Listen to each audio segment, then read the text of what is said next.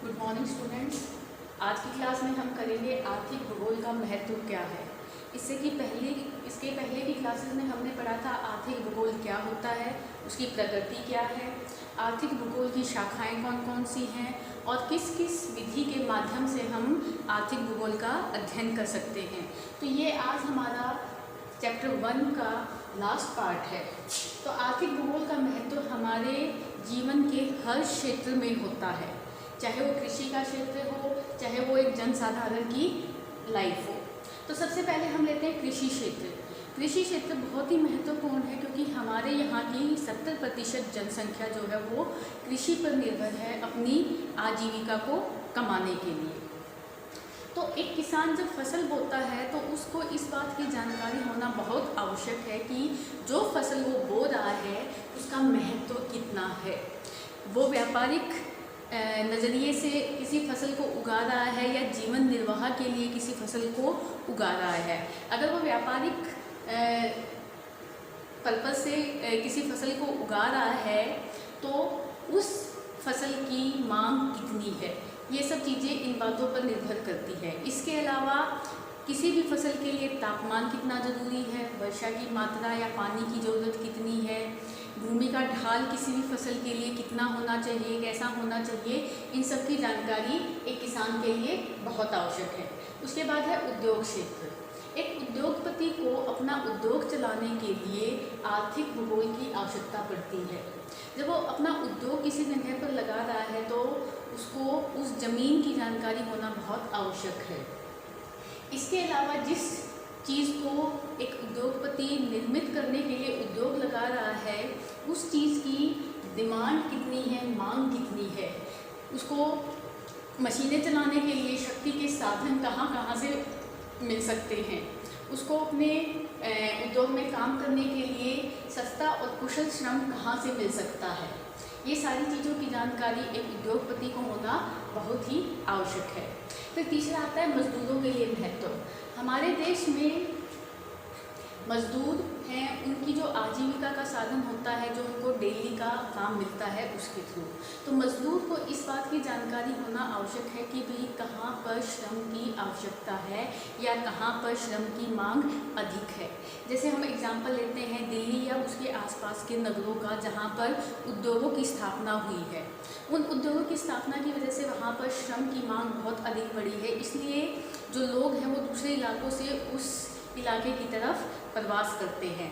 ऐसे ही हमारे उत्तर भारत में पंजाब है जहाँ पर कृषि व्यवस्था बहुत ज़्यादा विकसित हुई है। तो कृषि कार्य में काम करने के लिए मजदूरों की आवश्यकता पड़ती है, तो अन्य स्थानों से लोग पंजाब की तरफ प्रवास करते हैं। फिर है व्यापारियों के लिए महत्व। व्यापारियों के लिए महत्व इस प्रकार से है कि भी जो भी चीज़ जिस चीज़ का वो व्यापार कर रहे हैं उस चीज़ की मांग कितनी ज़्यादा अधिक है। जैसे भारत में आसाम में चाय उगती है, केरल में मसाले उगते हैं, इन दोनों चीज़ों की जो डिमांड है वो इंग्लैंड में बहुत ज़्यादा है। तो अगर जो व्यापारी हैं इन दोनों चीज़ों का व्यापार करते हैं तो उनका व्यापार अच्छी प्रकार से फले फूलेगा, और जितना ज़्यादा व्यापार होगा उतनी ही ज़्यादा आर्थिक आमदनी होगी। फिर है राजनीति का क्षेत्र। किसी भी देश की जो राजनीति है वो वहाँ की आर्थिक अर्थव्यवस्था पर निर्भर करती है। आर्थिक व्यवस्था अगर मजबूत है तो उस देश की जो राजनीति का क्षेत्र है वो भी सुलभ होगा, अच्छा होगा। तो एक राजनीतिक को इस बात की जानकारी होना आवश्यक है कि भी देश में किस चीज़ की कमी है और उस कमी को किस प्रकार से पूरा किया जा सकता है। अनुसंधान के क्षेत्र में जब हम अनुसंधान करते हैं तो हम किसी समस्या का समाधान करते हैं, तो वो समस्या किसी भी तरह की हो सकती है, जैसे कृषि के क्षेत्र में हो सकती है, उद्योग के क्षेत्र में हो सकती है।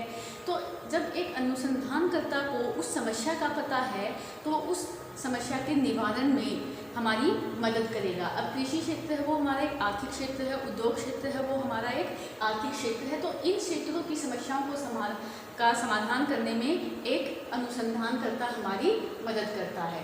फिर नियोजित क्षेत्र। नियोजित क्षेत्र होता है जब हम किसी चीज़ की प्लानिंग करते हैं।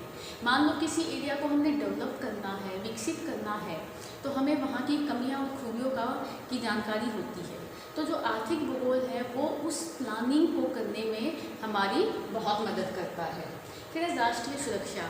राष्ट्रीय सुरक्षा से हमें संसाधनों की जानकारी मिलती है, मार्गों की जानकारी मिलती है, और जितना जो राष्ट्र आर्थिक संपन्न होगा उसका सैन्य बल, सैनिक शक्ति उतनी ही ज़्यादा विकसित होगी। तो जितनी ज़्यादा सैनिक शक्ति विकसित है, इसका मतलब वो देश आर्थिक दृष्टि से भी उतना ही सक्षम है। फिर पर्यटन के क्षेत्र में, पर्यटन आज के टाइम पर एक आर्थिक अर्थव्यवस्था के रूप में बहुत ज़्यादा उभर रहा है। अलग अलग देशों से लोग हमारे देशों में आते हैं, यात्रा करते हैं, वो जो अपनी बाहर की जो करेंसी है उसको यहाँ पर लेके आते हैं, जिससे हमारी आर्थिक उन्नति होती है। जनसाधारण के लिए महत्व, जो जनसाधारण है उसके लिए भी आर्थिक भूगोल उतना ही महत्वपूर्ण है जितना कि बाकी सभी जो हमारी आर्थिक क्रियाएं हैं उनके लिए।